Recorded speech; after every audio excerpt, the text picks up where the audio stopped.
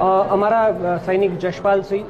જે રજા પર આવ્યા હતા, જે સર્વિંગ સોલ્જર છે, એ રજા પર આવ્યા ને એક દિવસે એમને હિંમતનગરની અંદર ટ્રાફિક પોલીસ દ્વારા પકડીને જે રીતે માર મારવામાં આવ્યો અને ત્યારબાદ હોસ્પિટલની અંદર એને એડમિટ કરવામાં આવ્યો અને એડમિટ કર્યા પછી જે MLC કેસ થાય છે એની અંદર ડોક્ટર એને નોન ઇન્જરી ડિક્લેર કરે છે અને નોન ઇન્જરી ડિક્લેર કર્યા પછી એ સૈનિકને જ્યારે લઈ જવામાં આવે છે મિલિટરી હોસ્પિટલની અંદર, તો મિલિટરી હોસ્પિટલની અંદર એને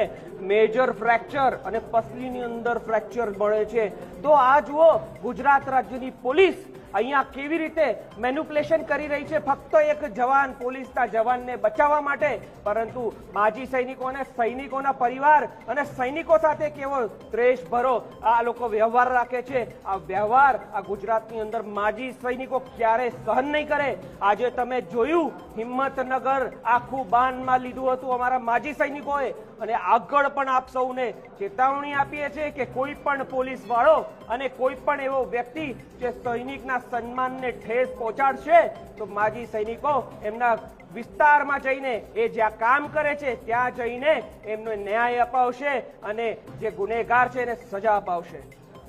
મારું નામ વિનય ચૌહાણ।